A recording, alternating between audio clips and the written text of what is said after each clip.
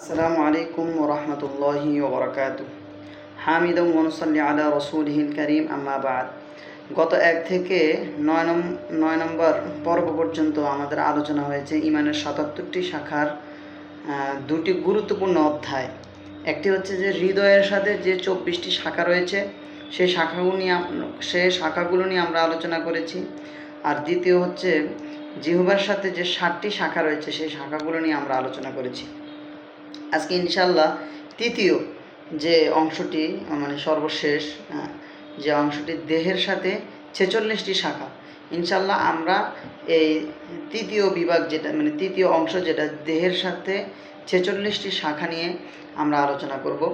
আমরা গত পর্বগুলোতে আলোচনা করেছিলাম যে ঈমান হলো আমাদের গুরুত্বপূর্ণ একটি অধ্যায়, যে ঈমান ছাড়া একজন মানুষ জান্নাতে যাওয়া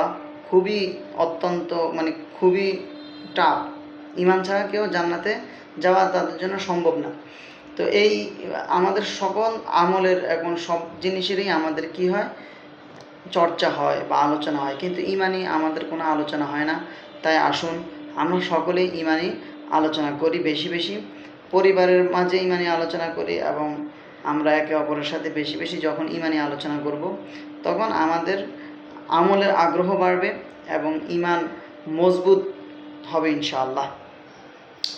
তো তৃতীয় নম্বরে যে দেহের সাথে ৪৬টি শাখা রয়েছে, এক নজরে আমরা বলে দিই যে এই ৪৬টি শাখার মধ্যেও আবার বিভিন্ন ভাগ আছে।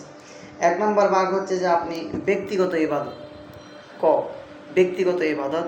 তারপরে আছে নৈতিক আচরণ, সামাজিক দায়িত্ব, পারিবারিক দায়িত্ব এবং নৈতিক সুরক্ষা, সমাজ কল্যাণ। এই এগুলো হচ্ছে যে তৃতীয় নম্বর ভাগের মানে এক একটা, ওগুলোর ভিতরে আবার এক একটা ভাগ। তো এই প্রত্যেকটার ইনশাআল্লাহ ডিপ ডাউনে আমরা আলোচনা করব। আল্লাহ পাক আমাদেরকে যে তৌফিক দান করুন এবং আপনারা মনোযোগ সহকারে শুনবেন ইনশাআল্লাহ, আশাবাদী আমি। আর যদি আপনারা কোথাও না বুঝেন বা আমার কথার যদি কোথাও কোনো সমস্যা আপনারা উপলব্ধি করেন তাহলে ইনশাআল্লাহ আমাকে অবহিত করবেন। ইনশাআল্লাহ পরবর্তী সময় ইনশাআল্লাহ এর থেকেও আরও আপডেট আলোচনা করার চেষ্টা করব। তো আসি আমরা আলোচনা শুরু করি। ১ নম্বর হচ্ছে যে আমরা ১ নম্বর যে আলোচনা করেছিলাম সেটা হচ্ছে যে ব্যক্তিগত আমল, এগুলো হচ্ছে ঈমানের একটা অংশ, ঈমানের একটা শাখা। যেমন পবিত্রতা, এটা ঈমানের একটা গুরুত্বপূর্ণ শাখা হতে পারে।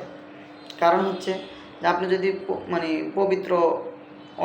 পবিত্রতা অর্জন না করতে পারেন তাহলে আপনার নামাজটা হবে না, আপনার ইবাদত বন্দেগী হবে না, ঠিক আছে? তো সর্বপ্রথম আমাদের ঈমানের ব্যক্তিগত আমলের মধ্যে থেকে সর্বপ্রথম যে আমল সেটা হচ্ছে পবিত্রতার ক্ষেত্রে আমাদের অনেক, যেমন পায়খানা প্রস্রাবের পর আমাদের ঢিলাগুলো আমরা অনেকে ব্যবহার করি না, এই জিনিসটা ব্যবহারের গুরুত্ব দেওয়া আমাদের।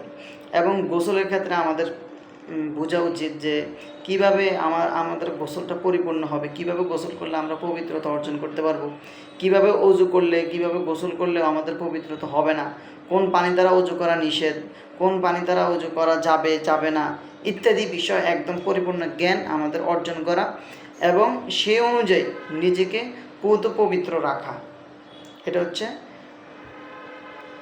১ নম্বর। দ্বিতীয় নম্বর হচ্ছে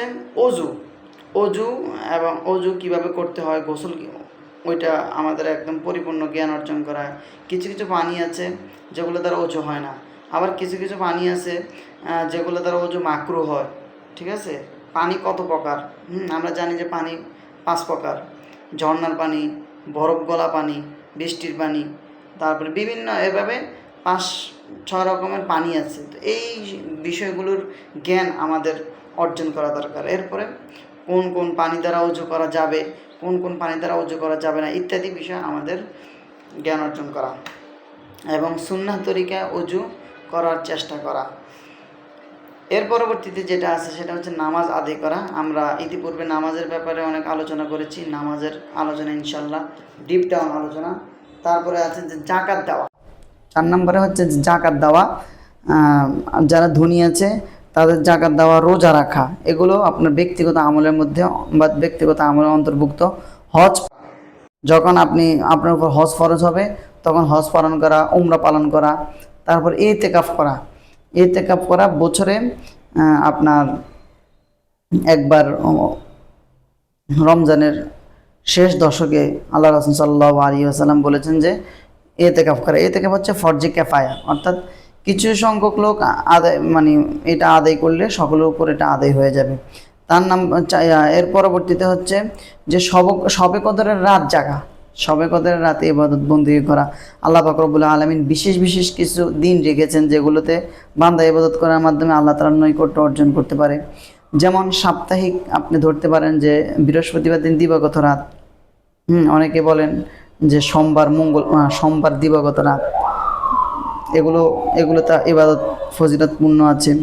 তারপরে আবার আপনি বিশেষ রবিউল আউয়াল মাসে আছে আপনার পুরো মাসেই এরকম বিভিন্ন শবে কদর, শবে মেরাজ, শবে বরাত, এরকম বিভিন্ন রাত আছে। ওই রাতগুলোতে আমরা ইবাদত বন্দেগী করার মাধ্যমে আল্লাহ তাআলার নৈকট্য অর্জন করা।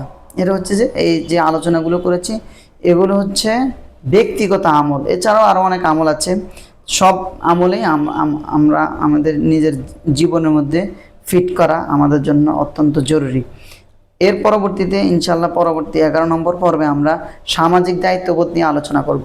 আল্লাহ পাক রব্বুল আলামিন আমাদেরকে এই আলোচনাগুলো আমল করার তৌফিক দান করুন। আসসালামু আলাইকুম ওয়া রাহমাতুল্লাহি ওয়া বারাকাতুহু।